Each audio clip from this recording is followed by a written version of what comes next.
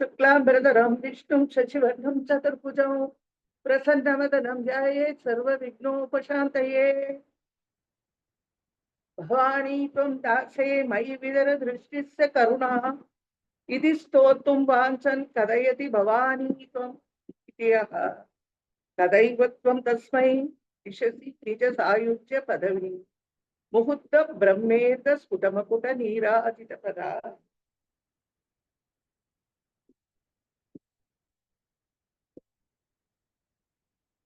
बिंदु त्रिकोण वसुकोण दशारयुग्म अन्वश्र नागदल संयुत षोडशारं वृत्तत्रयं च धरणी सदरत्रयं च श्रीचक्रमेत दुदितं परदेवतायाः। अधिमधुर चापहस्ता अपरिमितामोद बाण सौभाग्या अरुणा अतिशय करुणा अभिनव कुल सुंदरी वंदे।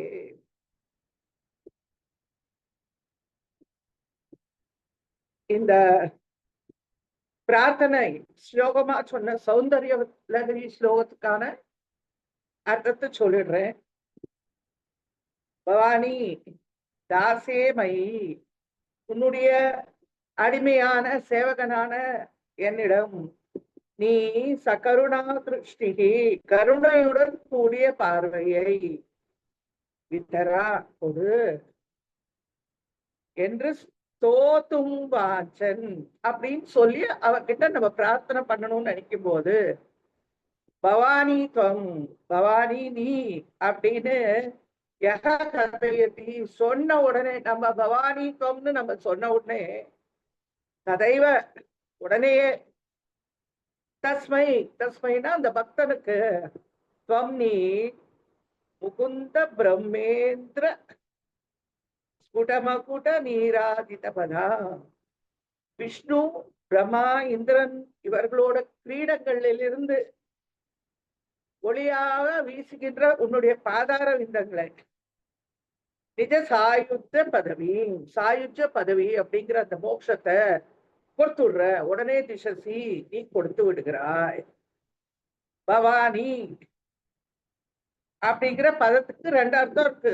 ஏ தேவி பவானி அப்படின்னு நம்ம கூப்பிடுற மாதிரி ஒரு அர்த்தம். இது இன்னொரு விதத்துல பார்த்தா பவ பவ அணி, பவ அணி துவம், அணி துவம் நான் நீயாக பவ ஆக கடவுது அப்படின்னு அர்த்தம். நான் நீயாக ஆவது அப்படின்னு. அவ என்ன பண்ணாலா, பவானி தாயே உன்னுடைய கருணா கடாட்சம் என் மேல விழட்டும் அப்படின்னு சொல்லி அவகிட்ட பிரார்த்தனை பண்ணிக்கும் போது பக்தனுக்கு மேற்கொண்டு பேச முடியாம அவன் என்ன பண்றான், அந்த ரெண்டு வார்த்தையோட நின்ன உடனே அவன் என்ன பண்றாளாம், நான் உன்னுடைய பதவியை அடையணும் அப்படின்னு வேண்டிக் கொள்வதாக நினைத்து கொண்டு அவனுக்கு அந்த சாயுஜ்யம் அப்படிங்கிற உத்தமமான அந்த மோட்சத்தை, மோட்ச சாம்ராஜ்யத்தை தேவி கொடுத்து விடுகிறார். அவ்வியாத கருணாமூர்த்தின்னு லலிதா சகஸ்ரநாமத்துல சொல்றீங்க. காருண்ய விக்கிரகா கருணாமிருத சாகரா அப்படின்னு திரிஷதியில சொல்லியிருக்கு. அது மாதிரி தேவியோட கருணைக்கு எல்லையே கிடையாது. அவ உடனே நீ நானாக ஆகணும் அவ்வளவுதானே, ஆயிடுப்பா அப்படின்னு சொல்லி, அதாவது தெளிவாக இல்லாமல் வேறு பேச்சு மத்தியில கூட அவளோட நாமத்தை உச்சரிக்கப்பட்டாலும் தேவியோட அருளை பெறத்துக்கு தபம் ஹோமம் தபம் எது பண்ணாலும் எல்லாத்த விட உயர்ந்தது அவளுடைய நாம. அதை துதித்தா போரும், பக்தனுக்கு சாயுஜ பதவி கொடுத்து விடுவாள் அப்படிங்கிற இந்த பிரார்த்தனை ஸ்லோகம் சௌந்தர்ய லகரியில இருக்கு.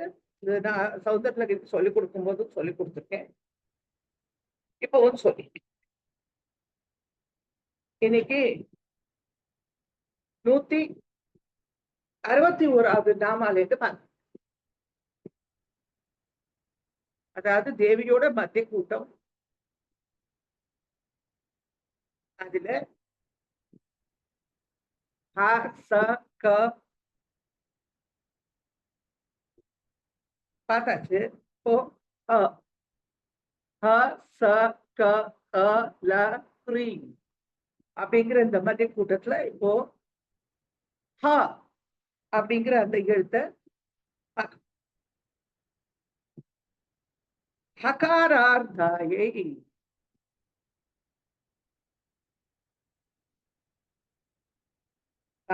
பஞ்சதசாட்சரி மந்திரத்தோட 9வது எழுத்தாகிய ஹகாரத்தின் அர்த்தமாக விளங்குபவள்.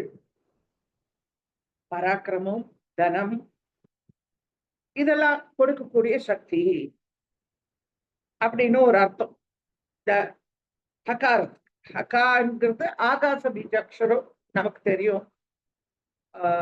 ஆகாச பீஜத்தோட இருப்பிடம்.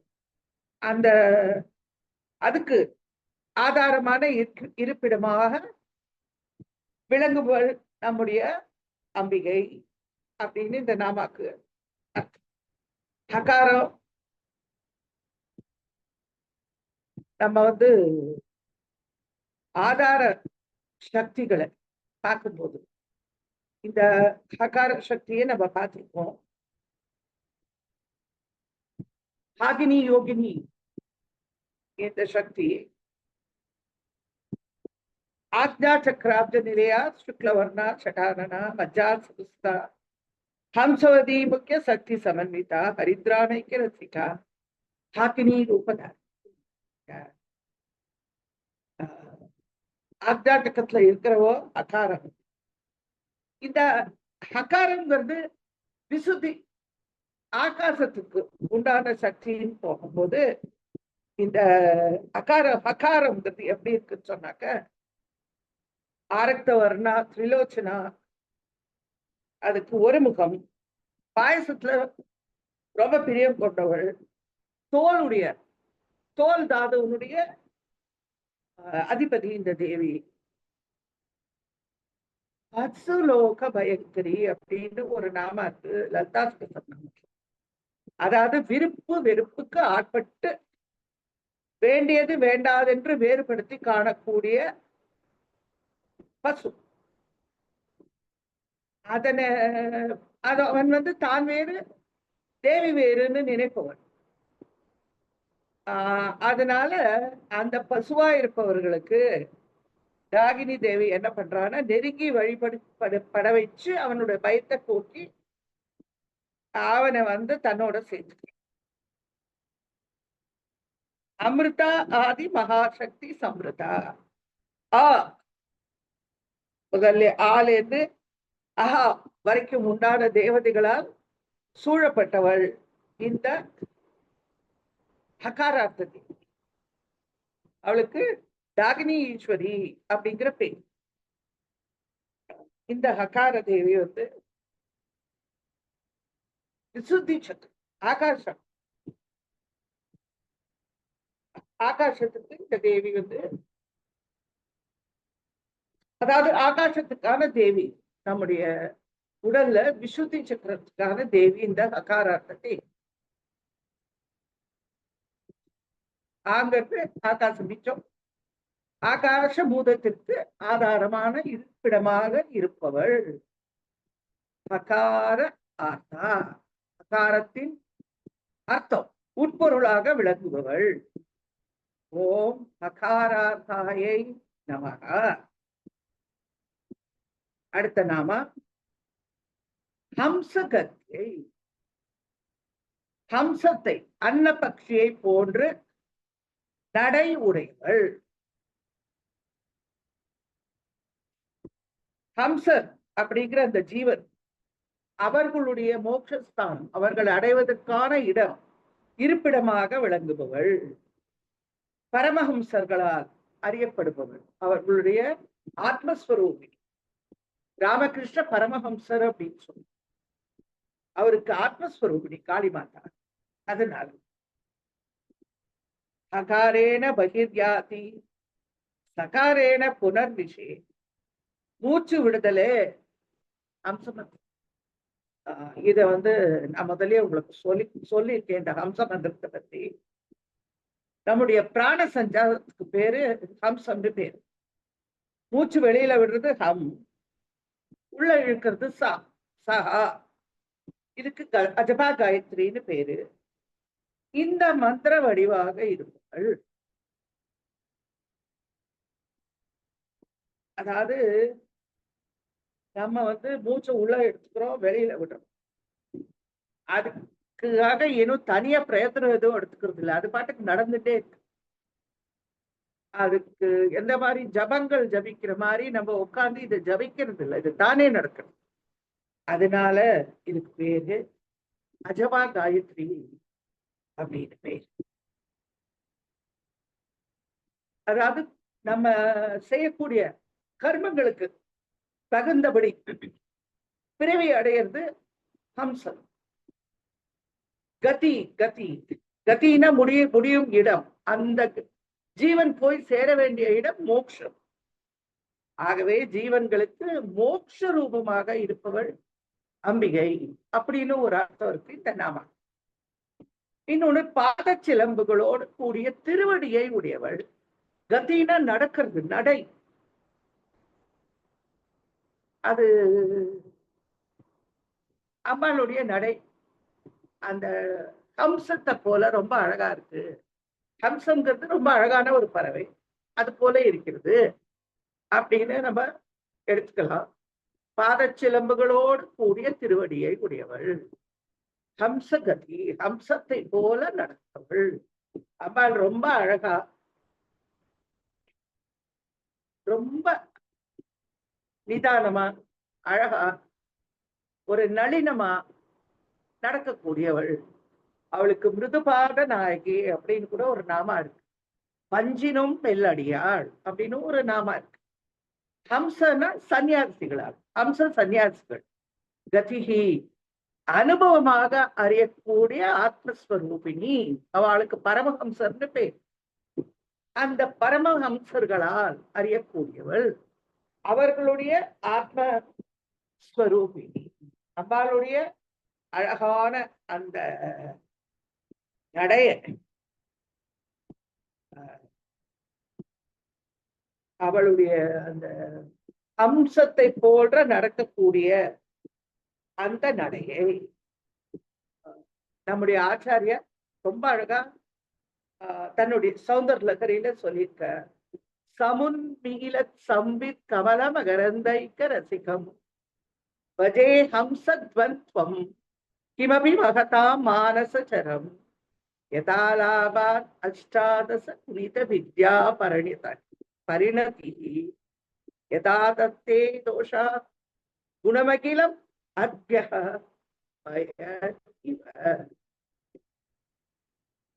தாயே.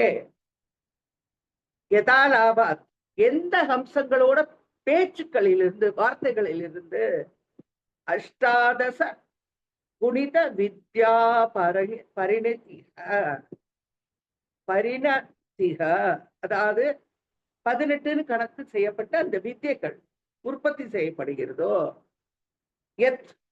எந்த ஹம்சத்வந்தம் அத்பயா ஜலத்தில் இருந்து, அத்பயம்னா ஜலம்னு தெரியும், அத்பயா ஜலத்திலிருந்து, பய இவ பாலை பிரித்து எடுப்பது போல, தோஷா தோஷத்தில் இருந்து, அகிலம் குணம் எல்லா குணங்களையும் எடுத்துக்கொள்கிறதோ, சமுன்மீல நன்றாக மலர்ந்த சம்பித் ஞானமென்ற கமல மகரந்த தாமரை புஷ்பத்தினுடைய மகரந்தத்தை ஏக ரசிக்கும், ஏக போகமாக ரசிக்கிறதோ, மகதாம் பெரியவர்களுடைய ஞானிகளுடைய ஹம்சர்களுடைய மானசரம் மனம் என்னும் மானச சரத்தில் சஞ்சரிக்கிறதோ, கிமபி அந்த வாக்குக்கும் மனசுக்கும் எட்டாத அந்த ஹம்சத்வந்தம், ஹம்ச தம்பதிகளை பஜே பஜனம் செய்கிறேன் அப்படின்னு சொல்லி ஆச்சாரியர் சொல்லியிருக்க. இந்த அநாகத சக்கரத்துல சிவனும் தேவியும் 2 ஹம்சங்களா இருந்து 18 வித்தைகளையும் உற்பத்தி பண்ணி நமக்கு ரொம்ப நமக்கு எல்லாத்தையும் கொடுத்து தங்களோட சாட்சாத்காரத்தையும் கொடுக்கிறாங்க. மகா யோகிகள் இவர்களை தங்களுடைய ஹிருதயத்தில் வைத்து எப்போ தியானம் பண்ணி முனிமானச ஹன்சிகா அப்படின்னு ஒரு நாம இருக்கு, பக்தமானச ஹன்சிகா அப்படியெல்லாம் அம்பாளை நம்ம சொல்றோம். அந்த பக்தர்களுடைய அப்பேற்பட்ட அந்த பக்தர்களுடைய குணங்களை மட்டும் எடுத்துக்கொண்டு அவளுடைய குறைகள் எல்லாம் நீக்கி அவர்களை தங்களுடன் சேர்த்துக் கொள்கிறார்கள் அப்படின்னு சொல்றது இந்த ஸ்லோகம். ஹம்சக சோகம் சோகம் ஹம்சகா, இது நான் உங்களுக்கு மறுபடியும் சொல்லிட்டு இருக்கேன். இதான் மந்திரம். இது இந்த அநாகத சக்கரம், அந்த அநாகத சக்கரத்துல இந்த மாதிரி தேவியும் சுவாமியும் ஹம்சங்களா இருக்கா அப்படின்னு சொல்றது இந்த ஸ்லோகம். ஆக்ஞா சக்கரம் நமக்கு அநாகத சக்கரம் நமக்கு தெரியும். அதுல அம்பாளும் சுவாமியும் நமக்கு ஹம்சர்களாக காட்சி கொடுக்கிறார். இதே இன்னொரு ஸ்லோகத்துல ஆச்சாரியர் என்ன சொல்றாருனாக்கா, அம்பாள் நடக்கும்போது அன்னங்கள் அம்சங்கள் அவ எப்படி நடக்கிறான்னு பார்த்து அதை கத்துக்கிறான், அம்சங்கள்ல கத்துக்கிறான் எப்படி அம்பாள் நடக்கிறா அப்படின்னு சொல்லி அப்படின்னு ஒரு ஸ்லோகமும் இருக்கு. ஹம்சர்கள் அப்படின்னு மொத்தத்துல சொல்லும் பொழுது அம்பாளை தியானம் பண்ணி அவளை ஆத்மஸ்வரூபிணியாக அறிபவர்களுக்கு பரமஹம்சர்கள் அப்படின்னு பேரு. அந்த சன்னியாசிகளால் ஹம்சர்களால் அறியப்படும் அம்பிகை. ஓம் ஹம்சகத்தியை ஹாட்டகாபரணோஜ்வலாவே, பொன்னாலான ஆபரணங்களால் அந்த ஆபரணங்களை அணிந்து கொண்டு பிரகாசிப்பவள் அம்பாள். சிரஸ்ல இருந்து கால் வரைக்கும் எல்லா விதமான ஆபரணங்களையும் பூண்டு, ரத்னங்கள், மாணிக்க பரல்கள், முத்துக்கள் எல்லாத்துலயும் இருக்கிற ஆபரணங்கள் தங்கத்துல வச்சு செய்யப்பட்டிருக்கிற இந்த ஆபரணங்கள் எல்லாம். அதனால பொன் ஆபரணங்கள் பூண்டு பிரகாசிப்பவள் அப்படின்னு இந்த நாமா சொல்றது. தங்கத்தினால செய்யப்பட்ட விதவிதமான ஆபரணம். ஒவ்வொருத்தரும் அம்மாளுடைய தலையில இருந்து கால் வரைக்கும் வர்ணிக்கும் போது அவளுடைய தோடு, வாளி அப்படின்னு பேர், அந்த தோட்டை வர்ணிக்கிறோம், அவளுடைய மூக்குத்திய வர்ணிக்கிறோம், அவளுடைய சிறுசுல இருக்கிற அந்த கிரீடத்தை வர்ணிக்கிறோம். இந்த மாதிரி நிறைய ஆபரணங்களை தேவி அணிஞ்சுட்டு இருக்கா. அந்த ஆபரணங்கள் எல்லாம் நம்ம அந்த ஆபரணங்கள் எல்லாம் கூட வணங்கி அவளுடைய ஒவ்வொரு ஆபரணத்துக்கும் ஒரு காரணம் தெரியும். அதுவும் அவளுடைய தாரங்கத்துடைய மையமே நமக்கு தெரியும். இந்த உலகமே பிரளயத்துல அழியும் போது பரமேஸ்வரன் மட்டும் உட்கார்ந்துருக்கார், அவர் மட்டும் அங்க இருக்கார். ஏன்னாக்க தன்மூலம் தவஜனி நாடங்க மகிமா அப்படின்னு தேவி சொல்றார், ஆச்சாரியர் சொல்ற. மறுபடியும் இந்த சௌந்தர நகரிலிருந்து அவளுடைய தோடை தூக்கி, தாடகத்தை தூக்கி போட்டா சர்வ அமாவாசை அன்னைக்கு நிலவு வந்துடுது. அது போல அவளுடைய ஒவ்வொரு ஆபரணத்துக்கும் விஷ்ணுங்கலா அப்படின்னு இந்த இடுப்புல கட்டிக்கிற அந்த மேகலை, விஷ்ணுங்கலா அப்படின்னு ஒரு ஆயுதம் வச்சுட்டு இருக்கா தேவி. நம்மளை இந்த பிறவி தலையில இருந்து நீக்குபவள். அவளுக்கு தேவிக்கு எந்த கட்டுப்பாடு எந்த தலையும் கிடையாது. அதனால அவளை நம்ம ஸ்மரிக்கும் போது இந்த தலைகளிலிருந்து நம்மை விடுவிப்பவள் அப்படின்னும் அவளுக்கு ஒரு நாம.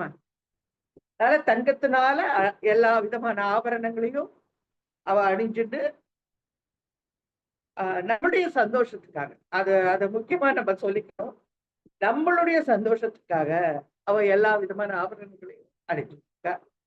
சின்னஞ்சிறிய மருங்கினில் சாத்திய செய்யப்பட்டும் பெண்ணம் பெரிய முலையும் முத்தாரமும் பிச்சு மொய்த்த கண்ணங்கரிய கூழலும் அப்படின்னு சொல்றார் அபிராமிகள். அவ்வளவு அவளுக்கு சிவப்பு பிடிச்சது, முத்தாரங்கள் பிடிச்சது, தங்கத்துல ஆன எல்லா விதமான ஆபரணங்களையும் பூந்து நமக்கு அழகா தரிசனம் கொடுக்குறா அப்படின்னும் இந்த நாமாக்கு நம்ம அர்த்தம். ஓம் ஆட்டகாபரணாஜ்வாலாயை நமக. அடுத்த நாம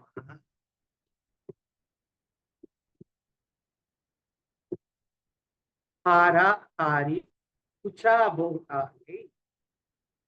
ஆரங்களால், முத்து ஆரங்களால். முத்து அவளுக்கு ரொம்ப பிடிச்சது. ஏன்னா முக்தர்கள், அவளுடைய பக்தர்கள் யாரு முக்தர்களா இருக்காளோ அவளுக்கு அவள் சாயுஜ படையே உடனே கொடுத்துடுறாள். அதனால முத்து அவளுக்கு ரொம்ப பிடிச்சது. ஹாரங்கள், அவளுடைய ஹாரங்கள்லாம் முத்தால ஆகிருக்கு. ஹாரா ஹாரி குச்சா போகாயை. ஹாரங்களால் அலங்கரிக்கப்பட்ட ஸ்தன மண்டலங்களை உடையவள், அல்லது சிவபெருமானை கவரக்கூடிய குற்றங்களை உடையவள் அப்படின்னும் அம்பாளுக்கு அந்த நாமாக்கு ஒரு அர்த்தம் எடுத்து. முத்து மாலைகளால் அலங்கரிக்கப்பட்டு விளங்கும் ஸ்தன மண்டலங்களை உடையவள். அவளுடைய அந்த அழகுக்கு அழகு சேர்க்கிறது. அந்த அவளுடைய பனிமுறுவல், தவள திருநகை அப்படியெல்லாம் சொல்றோம்ல, அந்த அழகுக்கு, அழகான அந்த முகத்துக்கு ஏற்ப இந்த ஹாரங்கள் எல்லாம் அவளுக்கு அழகு செய்கின்றன. முத்து மாலைகளால், ஹாரனா முத்து மாலை, ஹாரி அலங்கரிக்கப்பட்ட குஜங் ஸ்தனங்கள், நகில்கள், ஆபோகா மண்டலங்களை, ஸ்தன மண்டலங்களை.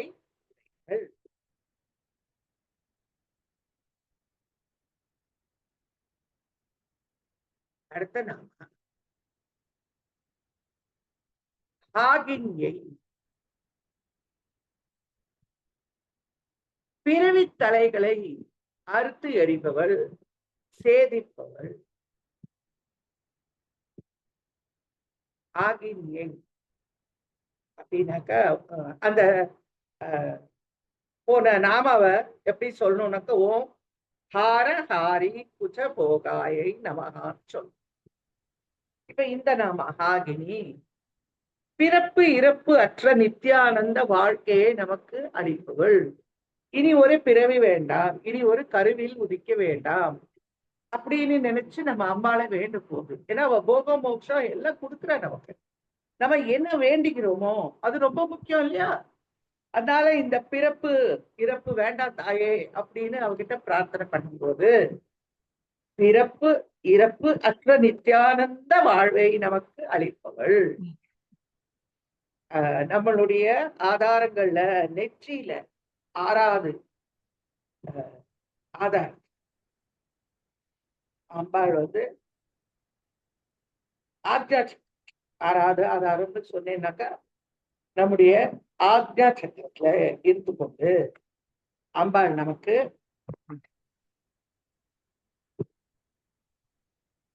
அந்த தாமரையில இருக்கார். வெண்ணிறமா இருக்கா அம்பாள். 6 முகங்கள் உடையவள். மஜ்ஜை என்ற தாத்துவுக்கு அவள் அதிபதி. மஜ்ஜைனா எலும்பில் உள்ள சக்தி மஜ்ஜை, அதுக்கு தேவிதான் அதிபதி. ஹம்சவதி முக்கிய சக்தி. ஹம்சவிதி அப்படிங்கிற முக்கிய சக்திகளால் சூடப்பட்டவள். ஹம்சவதி சமாவதின்னு இங்க 2 சக்திகள் இருக்கா, அவர்களோட கூடியவள். அம்பாளுக்கு மஞ்சள் நிற அன்னம்னா ரொம்ப பிரியம். மஞ்சள் பொங்கலா இருக்கலாம், இல்லாது எலுமிச்சம்பழ சாதமா இருக்கலாம். அந்த மாதிரி ஹாகினி ரூபதாரிணி. ஹாகினி அப்படிங்கிற வடிவில இருக்கக்கூடிய அந்த அம்பிகை நம்முடைய அம்பிகை.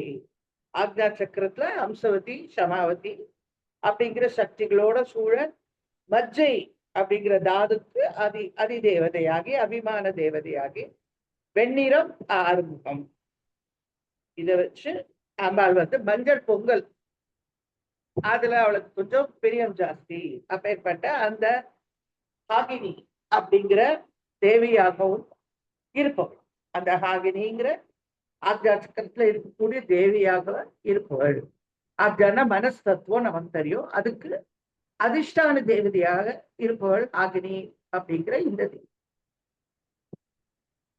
காகினி ரூபதாரிணின்னு லலிதா சகஸ்ரநாமத்துல சொல்லி. ஓம் காகினியை நமக. அடுத்த நாம ஹல்யவர்ஜிதாயை.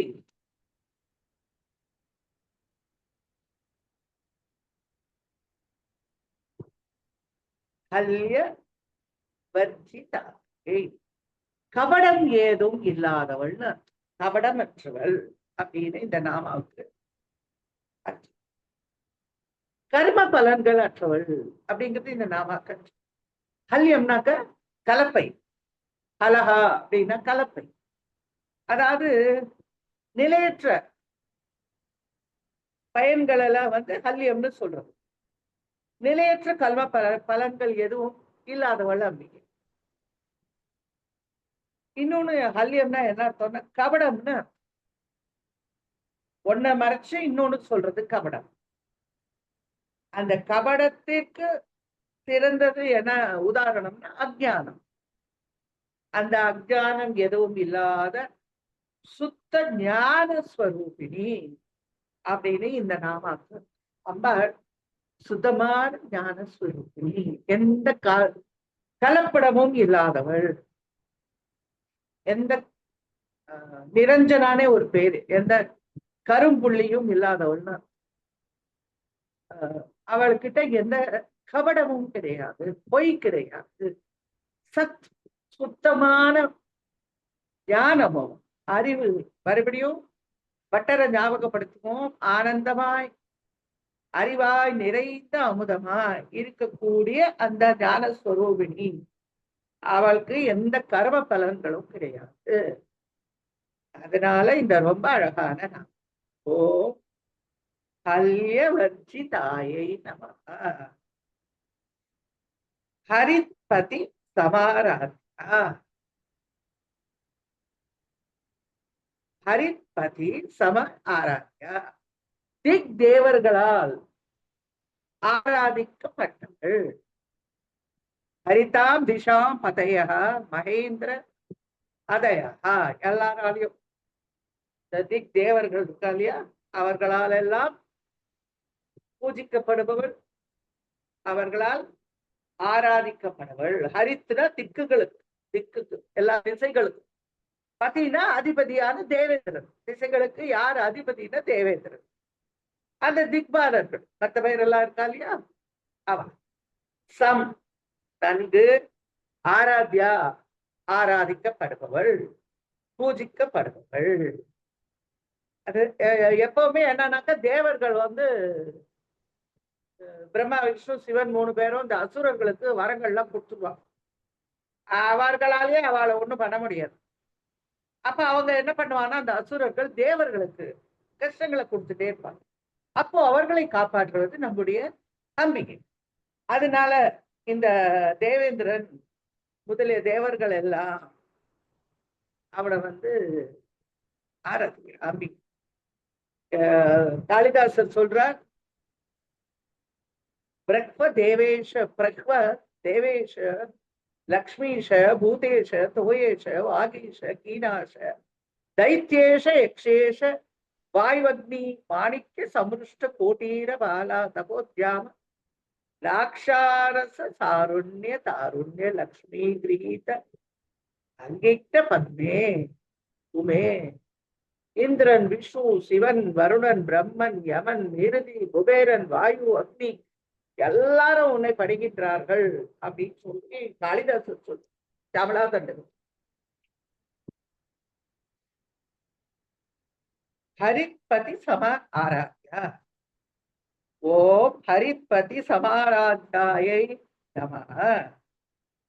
அடுத்த நாம கட்டாத்கார ஹதாசுரா. கொடிய அசுரர்களை சமரித்தவள் அம்பாள். கொடிய அசுரர்கள் சமாரம் பண்ணியிருக்க.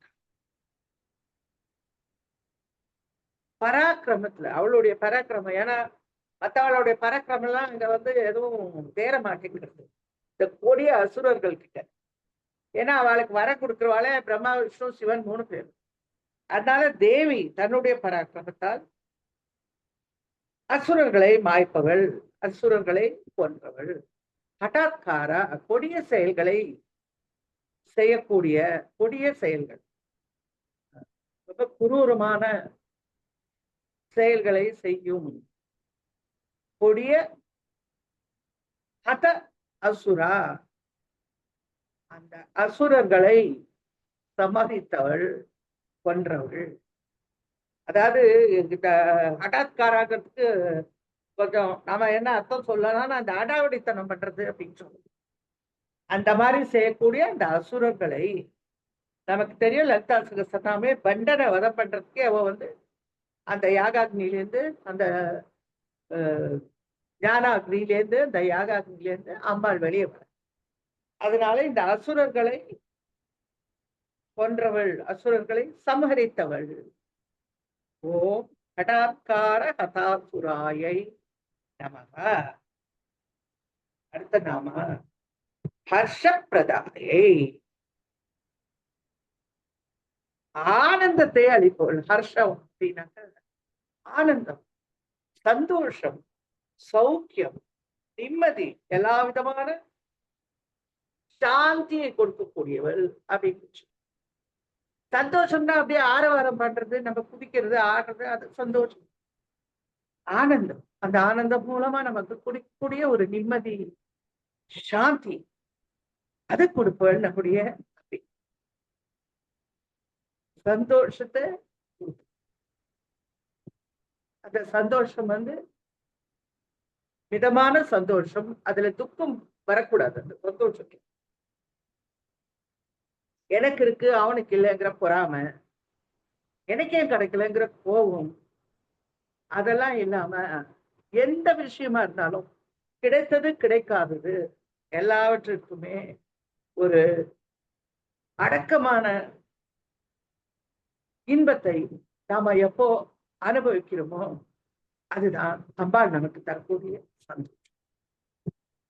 ஓம் ஹர்ஷப்பிரதாயை.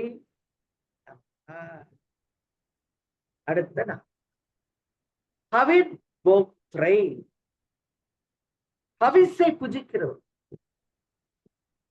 ஹவிஸ் இருக்கு இல்லையா, நம்ம ஹோமம் செய்யும் போது ஹவிஸ் நம்ம அந்த ஹோமத்துல ஹவிஸை சேர்க்கிறோம். அந்த ஹவிஸை புஜிக்கிறோம். ஹோமத்துல போடப்படும் நெய், அன்னம், இதுக்கெல்லாம் ஹவிஸ்ன்னு பேர். அன்னத்திலேயே நெய்ய கலந்து போடும், அதுக்கு ஹவிஸ்ன்னு பேர். அந்த யார் அந்த ஹோமத்தை பண்றாளோ அந்த எஜமானன் ஸ்வாஹா அப்படின்னு சொல்லி எந்த பொருளை அக்னியில, எந்த தேவதையை குறிச்சு அந்த அக்னியில சேர்க்கிறானோ அந்த பொருளை அந்த தேவதை வடிவமா அம்பாளே ஏற்கிறான். இல்லைன்னா எந்த தேவதை ஏற்றுக்கொண்டாலும் அது அம்பாளுக்கு போய் சேருகிறது அப்படின்னு சொல்லலாம்.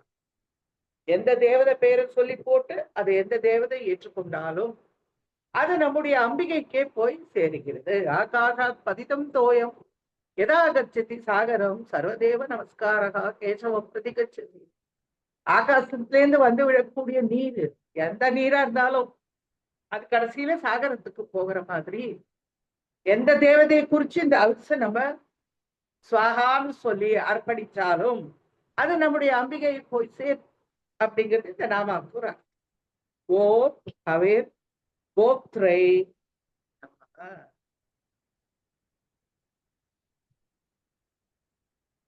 அடுத்த நாம ஆர்த்த சந்தமசாப ஆயை, இருதயத்தில இருக்கிற இருளை போக்குவர்கள். நகதீதி சஜ்ஜன்ன நமஞ்சன தமோகுணான்னு லலிதா சகஸ்ரநாமத்தை சொல்லுவோம். நம்ம மனசுல இருக்கிற இருளை, அஜானத்தை போக்கு. தேஷாமேவானு தம் பார்த்த மகம் அஜானஜம் நமஹ நாசயாம் ஆத்ம பாவஸ்தோ ஞான தீபேன பாஸ்வதா. அறியாமையால உண்டாகிய இருளை ஒளிமயமான தத்துவ ஞான விளக்கினால் அம்பாள் என்ன பண்றான்? அழிக்குது. விளக்கு வந்தப்புறம், வெளிச்சம் வந்தப்புறம் அங்க இருட்டுக்கு இடம் கிடையாது. ஞானம் உள்ள வந்தப்புறம் அஜானம் தானே மறைத்து விடுகிறது. அந்த ஹிருதயத்தில் நம்முடைய மனசுல இருக்கக்கூடிய அந்த இருளை, அஜானத்தை போக்குபவள் நம்முடைய தேவி.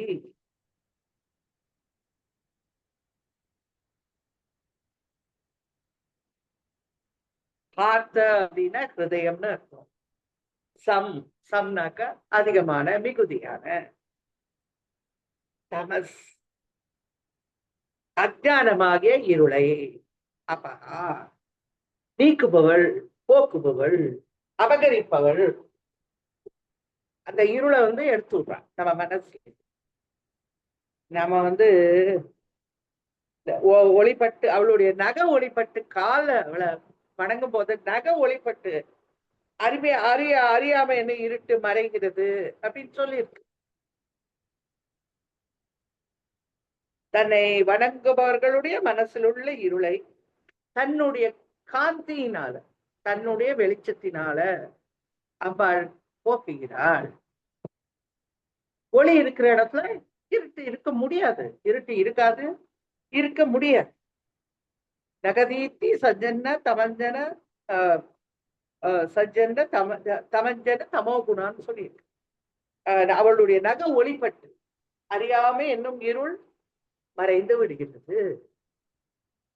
அம்மா இந்த அஜானமானது ஸ்ரீவித்யா ஜபம், சகசிரநாமம், திரிசதி பாராயணம் இதெல்லாம் பக்தியோட நம்ம பண்ணிட்டே இருந்தோம்னாக்க அம்பிகையோட அருளால இந்த அஜானம் என்பது நீங்கிவிடும் அப்படிங்கிறது இந்த நாமாவுக்கான அர்த்தம். ஓம் ஹார்த்த சந்தம சாபகாயை நமக, சந்தம சாபகாயை நமக. அடுத்த நாமா ஹல்லீச லாஸ்ய சந்துஷ்டாயை, பெண்களின் கோலாட்டத்தில் சந்தோஷிப்பவள். ஹல்லீசைகி சித்திரதண்டைகி குமாரி காபிகி ஏக தாலாதி யுக்த கீத பூர்வகம் எல்லாஸ்யம் நர்தனம் தஸ்மின் சந்துஷ்டா அப்படின்னு சொல்லிட்டு. ஹல்லீசைகி சித்திரதண்டைகி கோலாட்டத்தினால, குமாரி காபிகி குமாரிகள் பெண்கள் ஆடக்கூடிய ஏக தாளாதி யுக்த அந்த தாளத்துக்கு ஏற்ப அவர்களுடைய ஆட்டம், கீத பூர்வகம் பாட்டுக்கு ஏற்ப அந்த கோலாட்டம். எல் எல் லாஸ்யம், எல் லாஸ்யம்னா அது லாஸ்யம் அப்படிங்கிற ஆட்டத்தை சேர்ந்தது.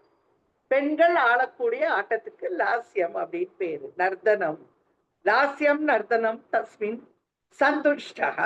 லாஸ்யம் அப்படிங்கிற அந்த நர்தனத்தினால் சந்தோஷம் அடைபவள் பெண்கள் ஆடக்கூடிய இந்த கோலாட்டம். அந்த வண்ண கோலை வச்சுட்டு அவர்கள் பாட்டுக்கு ஏற்ப நல்ல சரியான தாளத்தோட ஆடக்கூடிய லாஸ்யம் என்கிற அந்த நிருத்தியத்தை, அந்த நாட்டியத்தை மிகவும் விரும்புபவள், ரசிப்பவள், சந்தோஷம் அடைபவள். வட்டமா பெண்கள்லாம் நின்றுட்டு பாட்டுக்கு ஏற்ப தாளத்தோட அழகா கோலாட்டம் போடுவோம். அதுக்கு ஹல்லீச லாஸ்யம் அப்படின்னு பேர். இத மாதிரி ஆடும்போது தேவி ரொம்ப சந்தோஷப்பட்டார். ஓம் ஹல்லீச லாஸ்ய சந்துஷ்டாயை நமக. அடுத்த நாமம் ஹம்ச மந்திர ரூபிணியை. ஹம்ச மந்திரத்தின் உட்பொருள் ஆனவள் அல்லது பொருள் வடிவானவள். ஹம்ச மந்திரத்தின் தத்துவார்த்த ஸ்வரூபிணி, ஹம்ச மந்திரமாகவே இருப்பவள். ஹம்ச மந்திரத்தின் உள்ள இருப்பவள் நம்முடைய தேவி. அஜபா மந்திரமாக ஹம்சன் என்கிற மந்திரத்தை தன்னுடைய ரூபமாக கொண்டவள், அதன் சொரூபமாக இருப்பவள். அந்த அஜபா மந்திரத்தில் இருக்கக்கூடிய அந்த ஹகாரம் தத்துவமசி அப்படின்னு வாக்கியத்தில் உள்ள தத் அது அப்படிங்கிற பதத்தையும், சகாரம் துவம் நீ என்ற பதத்தையும் குறிக்கும். அந்த ககாரம் அப்படிங்கிறது தத் துவம் அசி அப்படின்னு இருக்குல்ல, அந்த பிரம்ம வாக்கியம் அதை குறிக்கும். அதாவது இந்த சரீரம் நாம் அல்ல, இது பஞ்சபூதத்தில் ஆனது, இது அழியக்கூடியது. இதற்கு உள்ளே இருந்து இயக்கி கொண்டிருக்கிறது இல்லையா அந்த ஆத்மா, அதுவே அந்த அம்பிகை.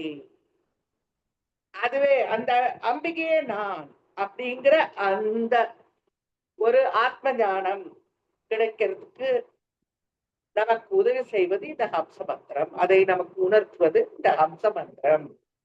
இது நம்ம ஏற்கனவே நான் சொல்லியிருக்கேன், பரமஹம்சர்களால ஜபிக்கப்படும். அம்மாளுக்கு ஹம்சினி, ஹம்சவதி அப்படியெல்லாம் பெயர்கள் இருக்கு.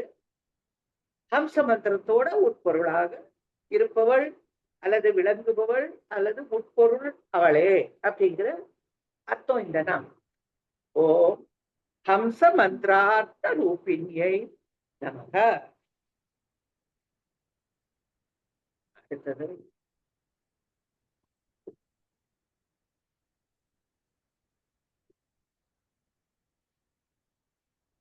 ஆனோபாதான நிர்முக்தாயை. வேண்டுதல் வேண்டா அப்படிங்கிற எண்ணங்கள் இல்லாதவன், வேண்டுதலும் இல்லை வேண்டாமையும் இல்லாதவன், பற்றில்லாதவன். அம்மாளுக்கு எந்த பற்றும் கிடையாது. இது வேணும் அது வேண்டாம் அதெல்லாம் கிடையாது அவளுக்கு. அதனால்தான் அவன் சாட்சியா இருக்கான். ஒன்றாய் உடனாய் வேறாய்ன்னு சொல்றோம்னு வேறா இருக்கா. ஒரு விஷயம் நடக்கும்போது அதுல எந்த பற்றும் இல்லாம பாக்குறவங்க சாட்சியின் பேரு. இதை நான் நிறைய தடவை உங்களுக்கு சொல்லி கொடுத்துருக்கேன். அம்பாள் அவளுக்கு வேண்டுதல் வேண்டாம இதெல்லாம் கிடையாது.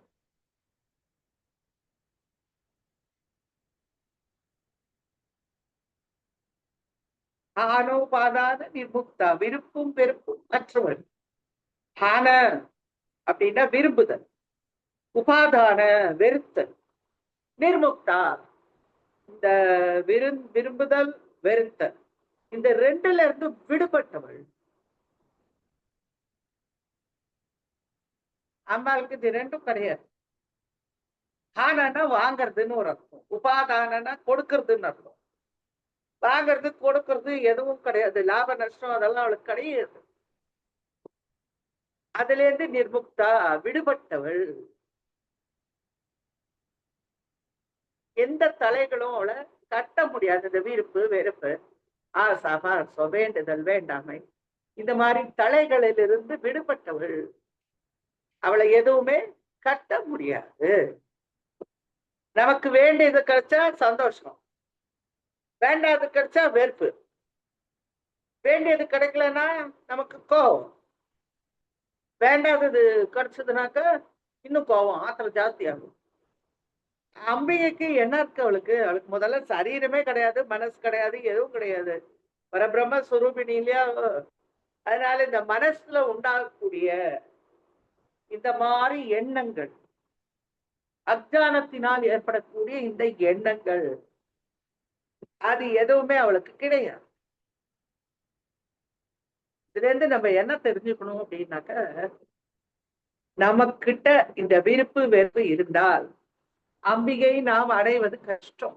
அதனால இந்த விருப்பு வெறுப்பு இல்லாத ஒரு நிலையை அடைவதற்காகவே அவளிடம் உபாசிக்க வேண்டும், அவளிடம் வேண்ட வேண்டும், அவளை பிரார்த்தித்துக் கொள்ள வேண்டும். ஓம் ஆனோபாதான நிர்முக்தாயை. அடுத்தது 175வது நாம ஹர்ஷினியை. சந்தோஷத்தை கொடுக்குறோம், மகிழ்ச்சியை கொடுப்பவள். எப்பவும் பக்தர்களுக்கு மகிழ்ச்சியை கொடுக்கணும்னு நினைக்கிறோம். நம்ம அதை வாங்கிக்காம வேற ஏதோ வாங்கிக்கிறோம், அது வேற விஷயம். ஆனா அம்பாள் என்ன நினைக்கிறான்னா, என்னுடைய குழந்தைகளுக்கு நான் எப்பவுமே மகிழ்ச்சியை கொடுக்க வேண்டும், எல்லாரையும் சந்தோஷமாக வைத்துக் கொள்ள வேண்டும், அவர்களை சந்தோஷம் அடைய செய்ய வேண்டும். அழியா முக்தி ஆனந்தமே. அவ அழியா முக்தி ஆனந்தம், அதனால நமக்கும் ஆனந்தத்தை கொடுக்கணும்னு பாக்குறாங்க. ஆனா அஜ்ஞானத்தினால நம்ம அந்த ஆனந்தத்தை கொஞ்சம் ஏத்துக்கிறதுக்கு நம்ம கஷ்டப்படுறோம். அந்த ஆனந்தத்தை நாம ஏத்துக்கொண்டால் நமக்கு அம்பாளுடைய சாட்சாத்காரம். வெறுப்பு வெறுப்பு இல்லாமல் அவளிடத்தில் செல்ல வேண்டும் அப்படின்னு நம்ம எடுத்துக்கலாம். அதுக்கு அர்த்தம் அவளுக்கு விருப்பு வெறுப்பு இல்லைன்னு சொல்ல வரணும். ஆனால் நம்ம என்ன செய்யலாம்? விருப்பு வெறுப்பு இல்லாமல் இருந்தால் அம்பாளை அணுகுவது சுலபம் அப்படின்னு எடுத்துக்கலாம். ஓம் ஹானோபாதான நிர்முக்தாயே நமக. ஓம் ஹர்ஷினி. இந்த ஹர்ஷினிங்கிறவ சந்தோஷத்தை கொடுக்குருவா, யாவத்தி ஆனந்தம். அவளை ஆனந்தத்துடைய அவள் ஸ்வரூபம் எல்லாமே ஆனந்தம் தான் அவகிட்ட இருக்குது. சகல ஜீவராசிகளையும் சந்தோஷமாக வைத்துக் கொள்ளணும் அப்படின்னு அவன் நினைக்கிறான். துன்பத்தினால மிகவும் படுறவர்கள் ஹர்ஷப்பிரதா, ஹர்ஷினி இந்த நாமங்களை சொல்லி நம்முடைய கஷ்டங்களை இருந்து நம்ம விடுபடலாம். இந்த நாமங்களை சொல்லி அம்பாள முகிழ் நகையே அப்படிங்கிறாரே நம்முடைய பட்டர், உன்னையன்றி மற்றோர் தெய்வம் வந்திப்பதே, நெஞ்சத்து அழுக்கையெல்லாம் என் அருட்புணலால் துடைத்தனை அப்படின்னு சொல்லி நம்மளுடைய நெஞ்சத்துல இருக்கக்கூடிய அஜ்ஞானத்தை அம்பாள் துடைத்து நமக்கு ஆனந்தத்தை மட்டுமே அருளுகிறாள் அப்படின்னு இந்த நாமாக்கு அர்த்தம். ஓம் ஹர்ஷின்யை நமக. அடுத்த நாம ஹரிசோதரியை, கிருஷ்ணனுடைய பிறந்தவள், ஹரியினுடைய சகோதரி, மகாவிஷ்ணுக்கு சகோதரின்னு சொல்றோம். மீனாட்சி கல்யாணத்துக்கு அழகர் கோயில இருந்து அழகர் வரார், அவருடைய சகோதரர் வரார் இல்லையா? அம்பாள் அவரோட பிறந்தவள், உடன் பிறந்தவள். நந்தகோப கிருஹே ஜாதா யசோத கர்ப்ப சம்பவா அப்படின்னு தேவி மகாத்மியத்துல சொல்லியிருக்கு. நந்தகோபருடைய வீட்டுல மகாமாயையாக கிருஷ்ணனுக்கு சகோதரியாக பிறந்தவள் நம்முடைய அம்பிகை.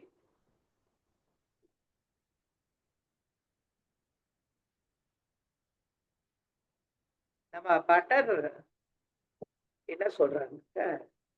ஒன்றாய் அரும்பி பலவாய் விருந்தி உலகமெங்குமாய் நின்றாள், அனைத்தையும் நீங்கி நிற்பாள் என்ற நெஞ்சினுள்ளே பொன்றாது நின்று புரிகின்றவா, இப்பொருள் அறிவார் என்று ஆலியை துயின்ற பெம்மானும் என் ஐயனுமே. அம்பாளுடைய இந்த மகிமையை அறிந்தவர்கள் யாரு? ஒரு பெண்ணோட மகிமையை அறிவார்கள்னா, ஒருத்தர் பிறந்த வீட்டுக்காரர்கள், இன்னொன்னு புகுந்த வீட்டுக்காரர்கள். அதனால அவளுடைய பிரதாபங்களை, அவ யாரு என்னங்கிறத புரிந்து கொண்டவர்கள் இரண்டு பேர். ஒண்ணு அவளுடைய பதியான பரமேஸ்வரன், இன்னொன்னு ஆளிலையில் துயின்ற பெருமான், அவளுடைய சகோதரனான கிருஷ்ணன், அவளுடைய சகோதரனான நாராயணன். அவ ரெண்டு பேருக்கு தான் அம்பாளுடைய அந்த பெருமை எல்லாம், அவளுடைய மகிமை எல்லாம் எல்லாம் அவளுக்கு தான் தெரியும். இது நம்ம புரிஞ்சு அம்பாளை நன்றாக உணர்ந்தவர்கள் அவளுடைய கணவனான பரமேஸ்வரனும் சகோதரனான மகாவிஷ்ணு நாராயணன். யசோதையினுடைய கர்ப்பத்துல பிறகு கண்ணனுடைய சகோதரி ஆயிருக்கு, அந்த வடிவமானவள் அப்படின்னு. ஓம் ஹரிசோதரியை நமக. அடுத்த நாம ஆஹா பூஹு முகஸ்துத்யாயை. ஆஹா பூஹு அப்படி அழைக்கப்பட்ட கந்தர்வர்களால் துதிக்கப்படுபவள். கந்தர்வர்கள்ல ரெண்டு பிரிவினர்கள் இருக்கா போல் இருக்கவாள். ஒருத்தருக்கு ஹாஹான்னு பேரு, இன்னொருத்தருக்கு பூஹுன்னு பேரு. இந்த இரண்டு பேர்களாலும், இரண்டு விதமான கந்தர்வர்களாலும் பிரிவினர்கள், அந்த ரெண்டு பிரிவுகளாலும் வணங்கப்படுபவள், துதிக்கப்படுபவள். அவ ரெண்டு பேரும், அவளை எத்தனை பேர் துதிக்கிறா அப்படிங்கறதுக்கெல்லாம் அளவு கிடையாது. அவர் நம்முடைய பட்டது இவரு காளிதாசன் சொல்றாரு, வாமாதிபிகி சக்திபிகி சம்பிதே தாத்ரி லக்ஷ்மியாதி சக்த அஷ்டை கை சம்யுதே மாத்துக்கா மண்டல பண்டிதே யக்ஷ கந்தர்வ சித்தாங்கனா மண்டல அர்ச்சிதே பஞ்சபாணாத்மிகே பஞ்சபாணேன ரத்யாச்ச சம்பாவிதே பிரீத்திபாஜா வசந்தேன ச ஆனந்தித்தே. எல்லாரும் வாமை முதல தேவிகள், மகாலட்சுமி முதலிய 8 சக்திகள், மாத்திருக்கா தேவிகள், யட்ச கந்தர்வ சித்தர்கள், அவர்கள் மட்டும் இல்ல, அவர்கள் மனைவியார்கள், அவர்கள் வீட்டு பெண்களாலும் கூட அம்பிகை வணங்கப்படுகிறாள் அப்படின்னு காளிதாசன் சொல்றார். அதனால எல்லாரும் தேவியை தோத்தரிக்கிறார்கள், அவளை வணங்குகிறார்கள், பூஜிக்கிறார்கள், எல்லாராலும் தோத்தரிக்கப்படுபவள். ஓம் ஹாஹா ஹூஹு முகஸ்துத்யாயை நமஹ. அடுத்த நாம ஹானி விருத்தி விவர்ஜிதாயை. தேய்தலும் வளர்த்தலும் இல்லாதோ, ஹானி குறைவது, விருத்தி வளர்வது, அது ரெண்டும் இல்லாதவன் நம்முடைய அம்பிகை. தேர்தலும் வளர்வதும் இல்ல. ந கர்மணா வர்த்தத்தேனோ கனியா, அவளுக்கு வளர்ச்சியும் கிடையாது, தேவும் கிடையாது. தேவை இருந்தாக்கா வளர்ச்சி இருக்கும், வளர்ச்சி இருந்தா தேவை. அதெல்லாம் இல்லாதவள் நம்முடைய குறையும் வளர்ச்சி அற்றவள். அவ அப்படியேதான் இருக்கா, நிரந்தரம், நித்யா நிரந்தரா, அப்படியேதான் இருக்கா, எந்த மாற்றமும் இல்லாதவள். அவயவங்கள்ல தேய்வு அப்படின்னு சொல்றது ஹானி, அவற்றோட வளர்ச்சி விருத்தின்னு சொல்றோம்.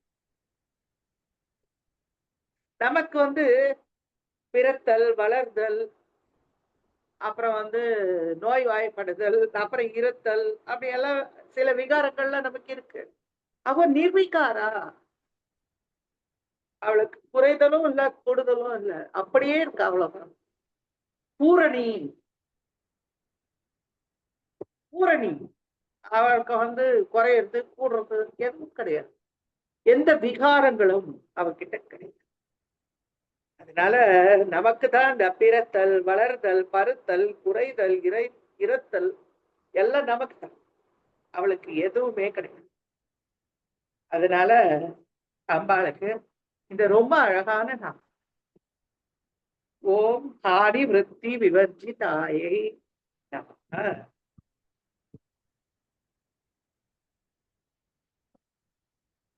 ஹயங்கவீன் ஹிருதயாயை,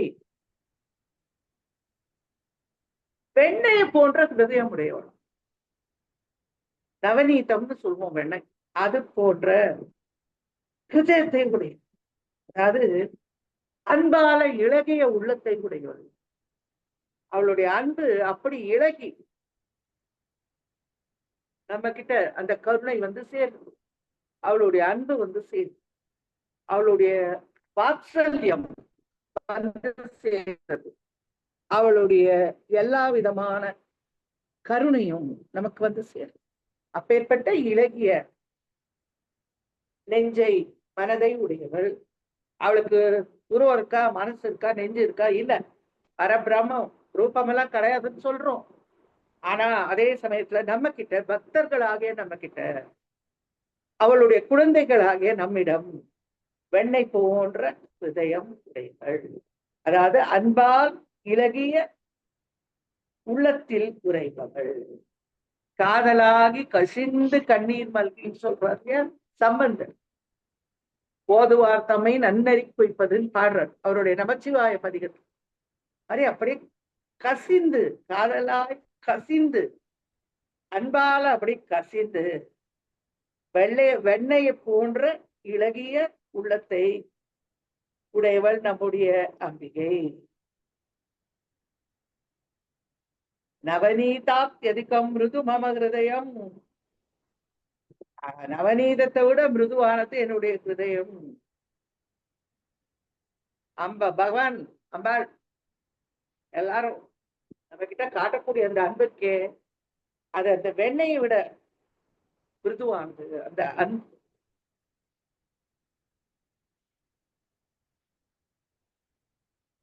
ஞானிகளுடைய ஹிருதயம் ரொம்ப மிருதுவாகவும் குருவிய தன்மை உடையதாகவும் இருக்குமா.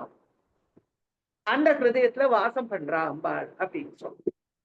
அதாவது இந்த உலகத்துல இருக்கிற எல்லார்கிட்டையும் நம்ம அன்பு செலுத்தினாக்க தேவி நம்ம கிட்ட அன்பு செலுத்துருவோம். அவளுடைய அந்த வெண்ணெய் போன்ற அந்த மிருதுவான வெண்மையான இதமான குளுமையான அந்த அன்பு நம்ம அடையும்.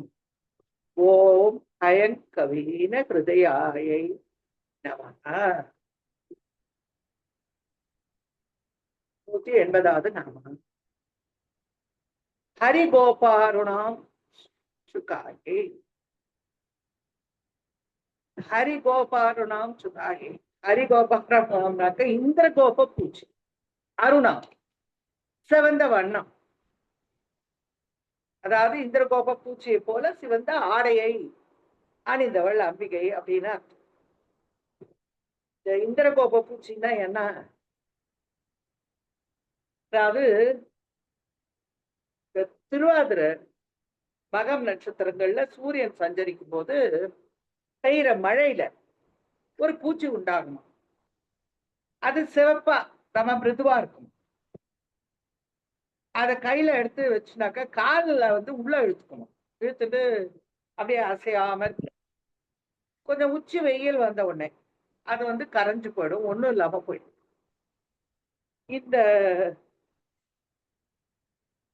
இந்த மாதிரி இந்த இந்திரகோப பூச்சியை போல அம்பாள் சிறப்பான நிறம் உடையவள். அருணாம் சிறப்பான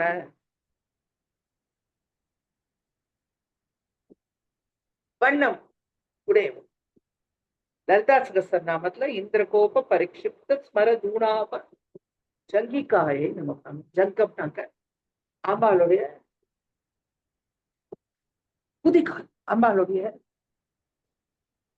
பாதத்துல இருக்கக்கூடிய அந்த அந்த பாகம். அதாவது அம்பாளுடைய நம்ம நேத்திக்கு கரபம் அப்படின்னு பார்த்தோம்ல, அந்த கை மணிக்கட்டிலேருந்து சுண்டு விரல் வரைக்கும் மேலேருந்து கீழே மேல பருத்தும் கீழே மெல்லிசா இருக்கு அப்படின்னு சொல்லி பார்த்தோம். இன்னைக்கு இதுல என்ன சொல்றாருனாக்கா அம்பாளுக்கு கீழே இருந்து கால் மெலிசா இருக்கிறதுல இருந்து மேல பருக்கிறது அது எப்படி இருக்குனாக்க மன்மதனுடைய அம்புரா துணியை மாதிரி இருக்கு. மன்மதனுடைய அம்புரா துணியில என்ன இருக்கும்? பஞ்ச பானங்கள், புஷ்பங்களாலான பானங்கள் இருக்கும்.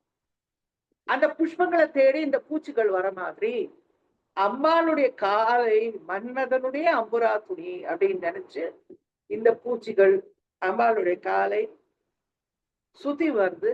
அந்த பூச்சிகளை விட அம்பாளுடைய காலும் அவள் அணிந்திருக்கக்கூடிய அந்த சிவப்பு பட்டப்புடவையும் இன்னும் சிவப்பா இருக்கு அப்படின்னு இந்த நாம கருத்து. இப்போ இங்க இந்த திருஷதியில என்ன சொல்றோம்னாக்கா ஹரிகோபாலனும் அம்மா இந்திரகோப பூச்சியை போன்ற மிகவும் சிவப்பான நிறமுடைகள். ஹரிகோபாருணம் சுகாயை நம. 181வது நாமாவிலிருந்து அடுத்த வகுப்புல பார்க்கலாம்.